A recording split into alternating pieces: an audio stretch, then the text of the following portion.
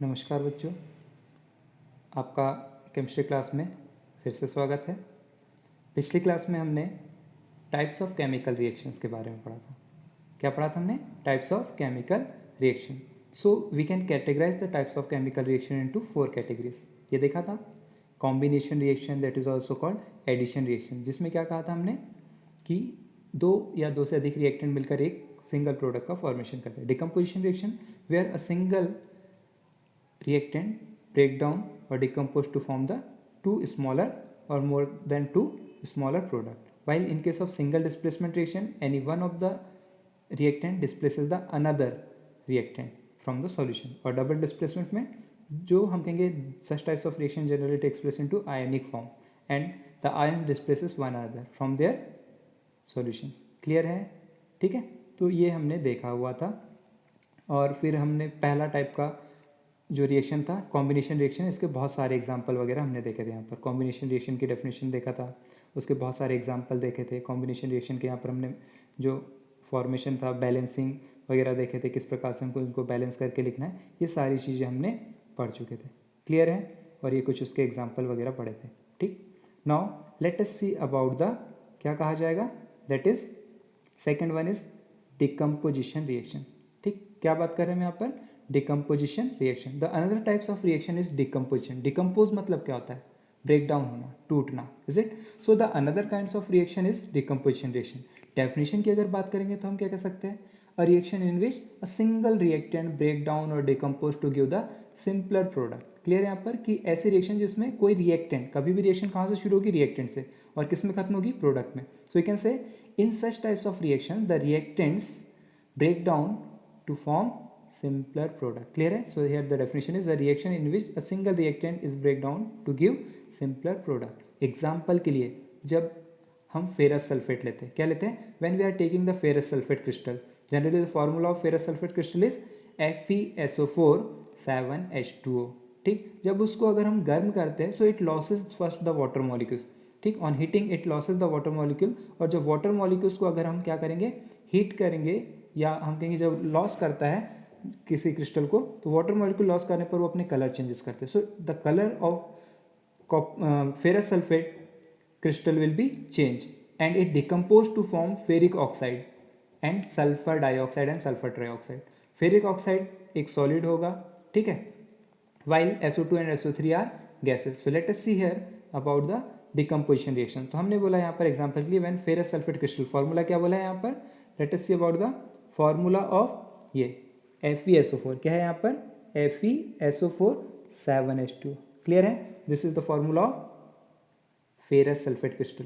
When it is heated it losses the water molecule first. तो ये सबसे पहले क्या होगा? वाटर मॉलिक्यूल लॉस कर देगा, और क्या बचेगा? केवल FeSO4। क्या बचेगा यहाँ पर?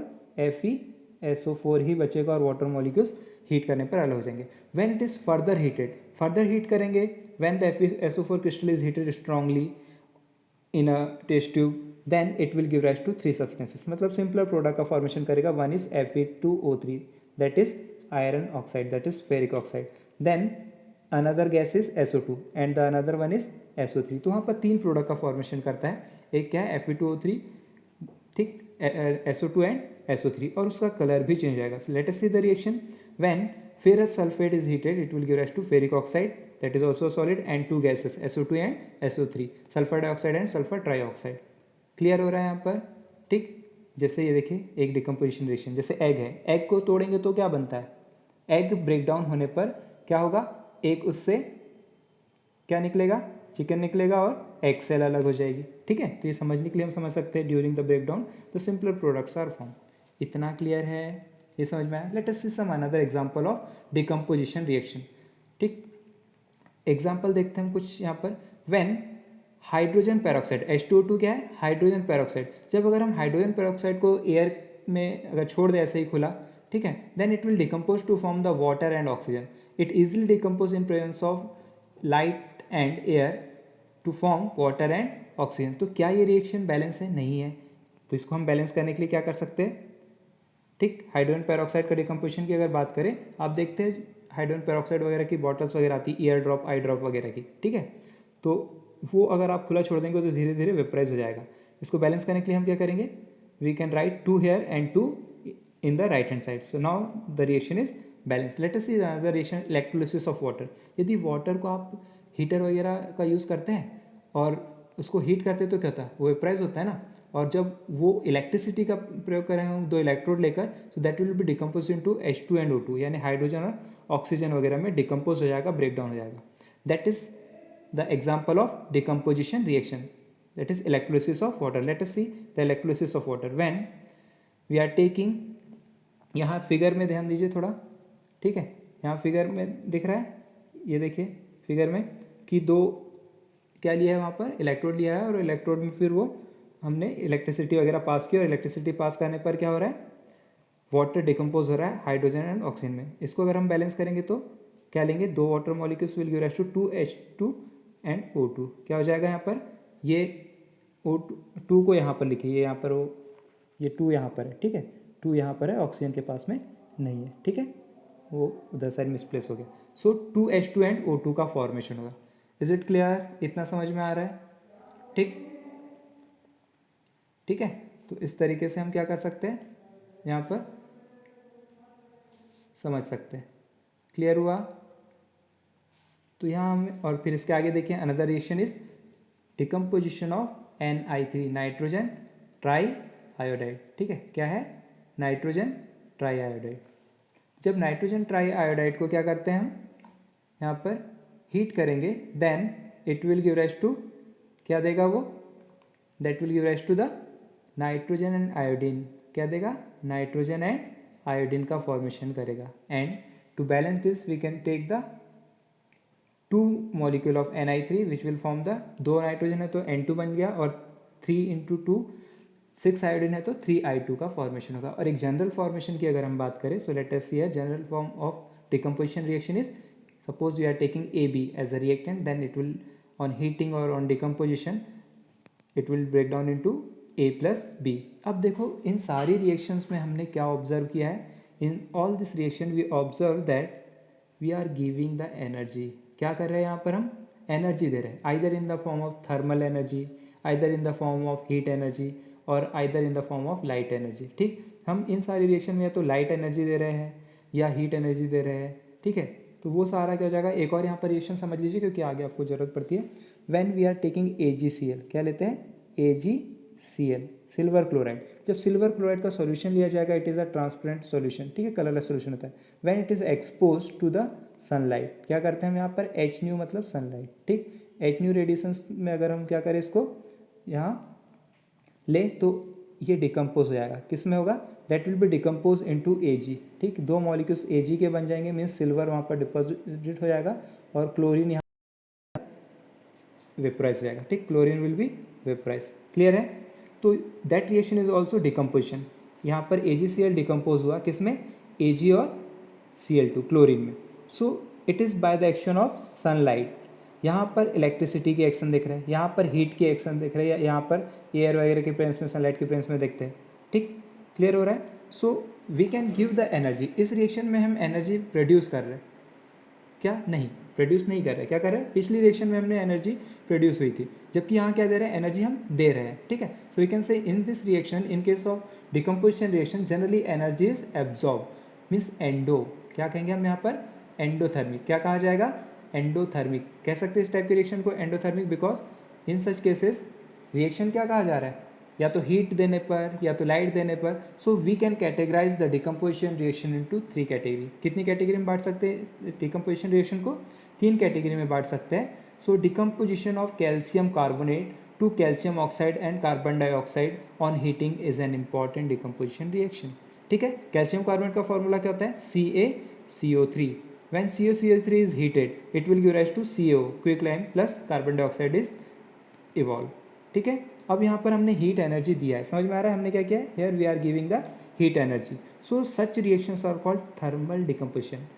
हीट मतलब थर्म, टेम्परेचर. ठीक, तो थर्मल डिकम्पोजिशन कहेंगे. क्लियर हो रहा है, क्या कहा जाएगा, when a decomposition reaction is carried out by absorption of the heat energy, then it is called thermal decomposition. क्या कहा जाएगा, थर्मल डिकम्पोजिशन.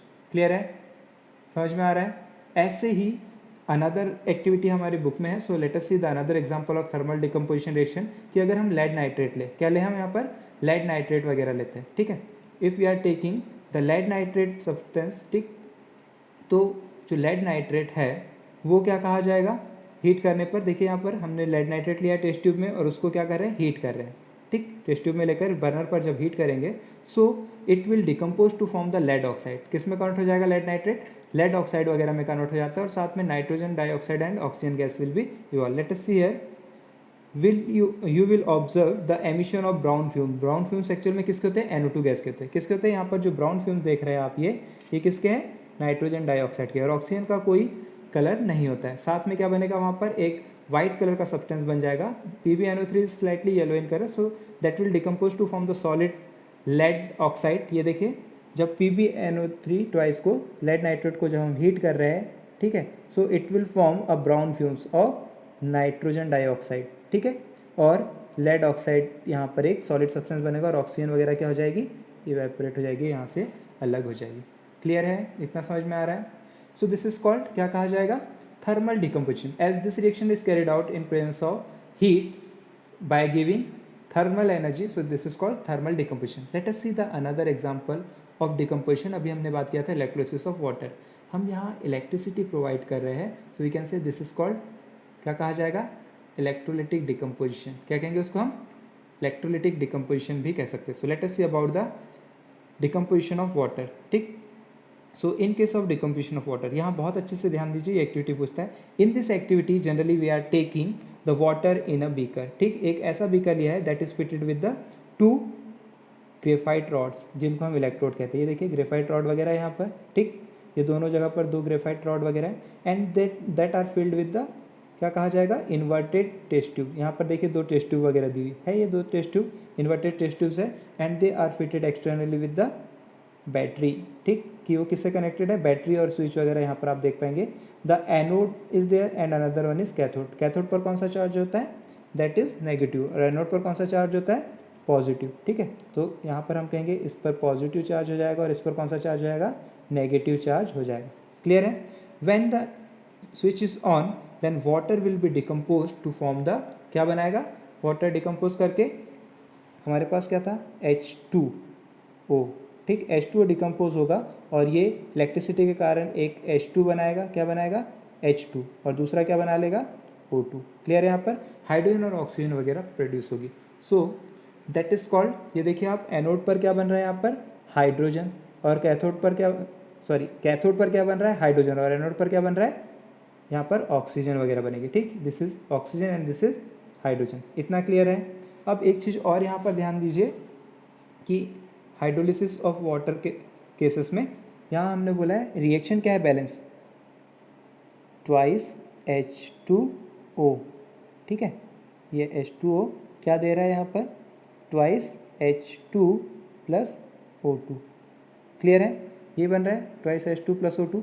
अब देखिए जब वाटर हमने लिया है तो यहाँ पर 2 वॉल्यूम किसके बन रहे हैं, हाइड्रोजन के, और 1 वॉल्यूम किसका बन रहा है, ऑक्सीजन का. तो क्वेश्चन आपको आता है why there is formation of 2 volume of hydrogen या 2 volume of gas at the cathode while 1 volume only at the anode. तो यहाँ पर देखो आप वॉल्यूम देख सकते हैं, ये केवल 1 वॉल्यूम है और यहाँ पर 2 वॉल्यूम है.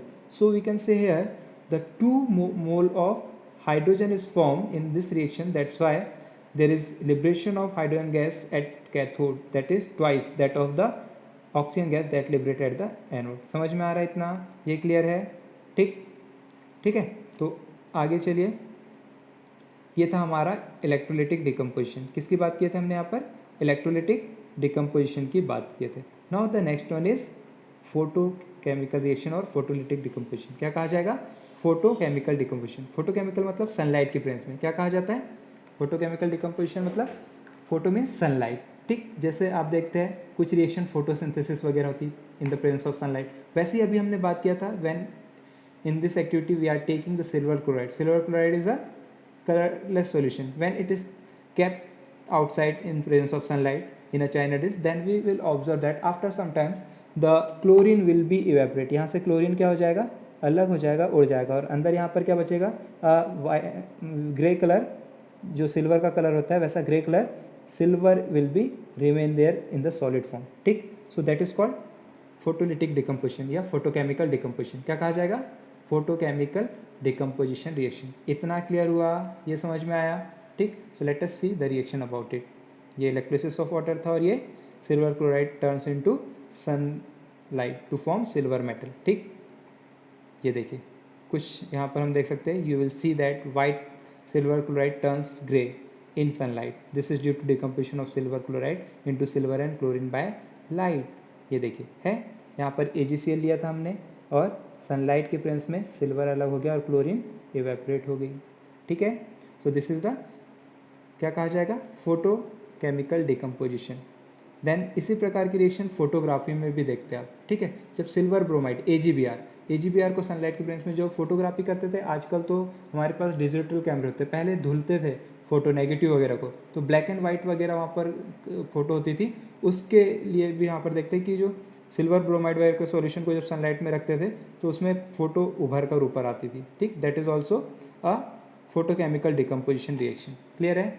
ये किसके एग्जाम्पल है? फोटोकेमिकल डिकम्पोजिशन रिएक्शन के एग्जाम्पल। इन सारी रिएक्शन में अब यहाँ ध्यान दीजिए, कल हमने पढ़ा था इसके पिछले क्लास में कि हमने रिएक्शन को दो कैटेगरी में बांटा on the basis of heat associate with them. If heat is produced during the chemical change then that types of reaction are called exothermic reaction, और दूसरी हमने कहा था एंडोथर्मिक। यदि हीट देने की जरूरत पड़े when the heat is given to carry out the reaction, then such types of reactions are called endothermic, or you can say when heat energy is absorbed in any reaction to carry out it, then this is called क्या कहा जाएगा उसको? We can say endothermic reaction.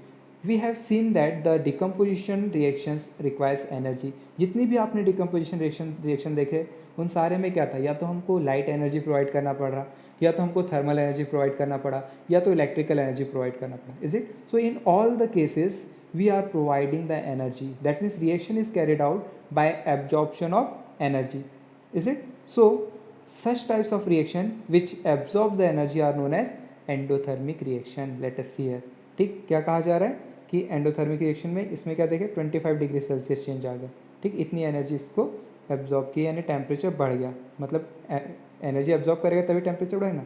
यहाँ पर देखो, यहाँ आप समझ सकते हैं कि ये सारी जगह पर ये एनर्जी एब्जॉर्ब हो रही बीकर के द्वारा एनर्जी।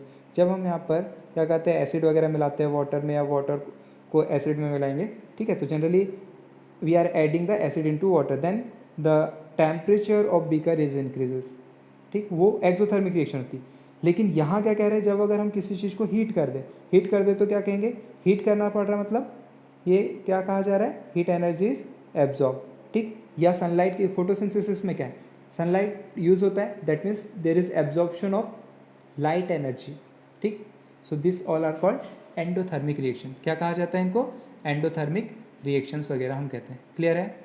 इतना समझ में आया, ठीक है। सो आज इतना ही, इसके आगे का फिर हम नेक्स्ट क्लास में पढ़ेंगे। ओके, इसको पढ़िए, नोट्स बनाइए, और कोई डाउट हो तो फिर पूछिएगा। Okay, bye.